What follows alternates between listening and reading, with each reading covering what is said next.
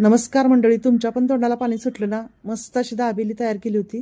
एका कढईमध्ये 1 चमचाभर तेल घातलं, त्यामध्ये अर्धा चमचा लाल तिखट, अर्धा चमचा हळद घातली, हिंग चिमटभर घातला, मीठ चवीनुसार आणि शेंगदाणे भाजलेले होते ते फोडून मस्त भाजून घेतले। मसाला शेंगदाणे तयार करून घेतले। त्यानंतर एका पॅनमध्ये 4 चमचे तेल घातलं, त्यामध्ये मस्तपैकी जिरेचा अर्धा चमचा घातले, त्यामध्ये आलं लसूण पेस्ट 1 चमचाभर घातली, त्यानंतर हिंग चिमटभर घातला आणि मस्त बटाटे घालून घेतले। त्याच्यामध्ये गोड चटणी 1 चमचाभर घालून घेतली, त्यामध्ये कोथिंबीर घातली, नंतर पावाचे असे 2 तुकडे केले, मधोमध असं केल्यानंतर त्यामध्ये गोड चटणी लावून घेतली। त्यानंतर शेंगदाणे भाजलेले, कोथिंबीर, शेव बारीक आणि हे डाळिंबाचे दाणे घातले। त्यानंतर एका पॅनमध्ये तूप लावून घेतलं आणि सर्व पाव भाजून घेतले। त्यानंतर ते परत काढून ते असे गोड चटणीत ओले करून नंतर सर्व त्याच्यावर